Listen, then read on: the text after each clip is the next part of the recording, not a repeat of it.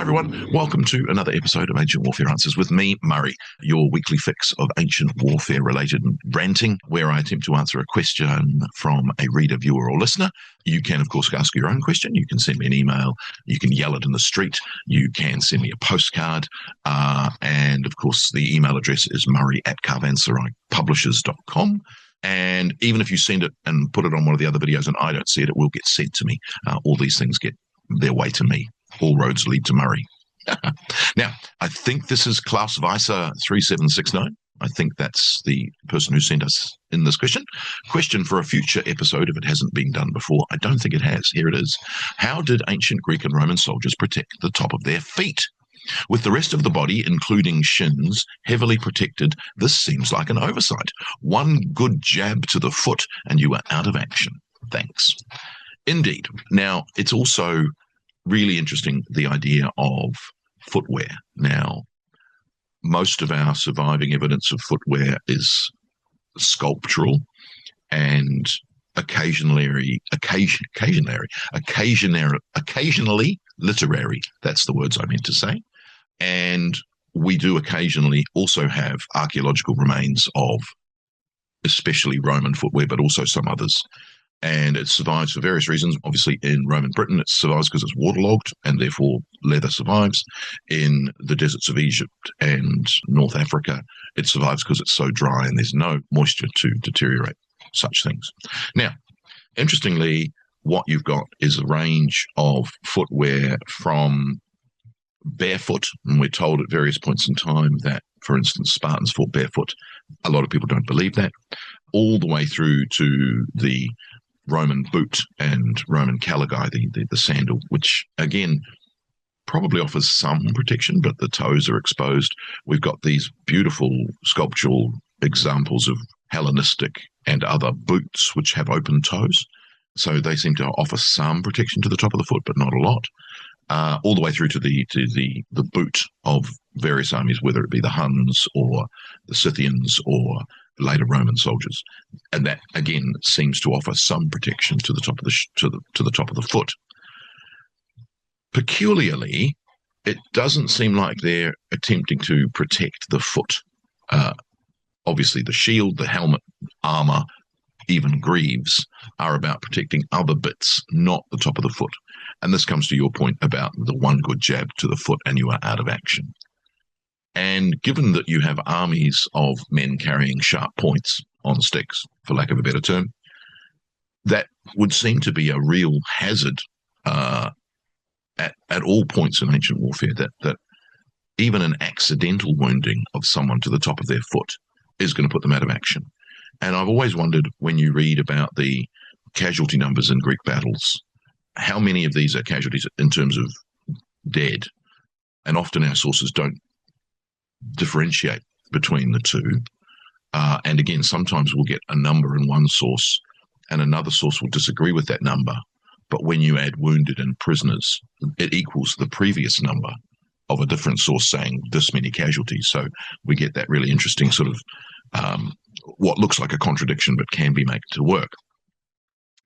But how many of those are a wound that puts a person out of action, such as a wound to a toe or the foot or even the hand, which the soldier will then recover from eventually and come back and fight? And we don't know. We've got, Galen and Hippocrates talking about the treatment of wounds. We've got various stories of legionaries and soldiers being wounded multiple times and still fighting on. And some of those wounds are absolutely, wow, that would put anyone out of action forever. No, apparently he kept coming back. We've got the skull of whether it's Philip II, but it's got the axe wound over the eye, kept fighting, several people losing limbs and eyes and fighting on.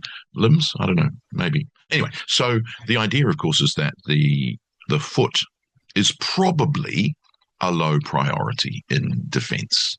That, again, if you're going to try and aim your blows at someone's foot, you're vulnerable yourself in other parts of your body whilst you're aiming at their foot.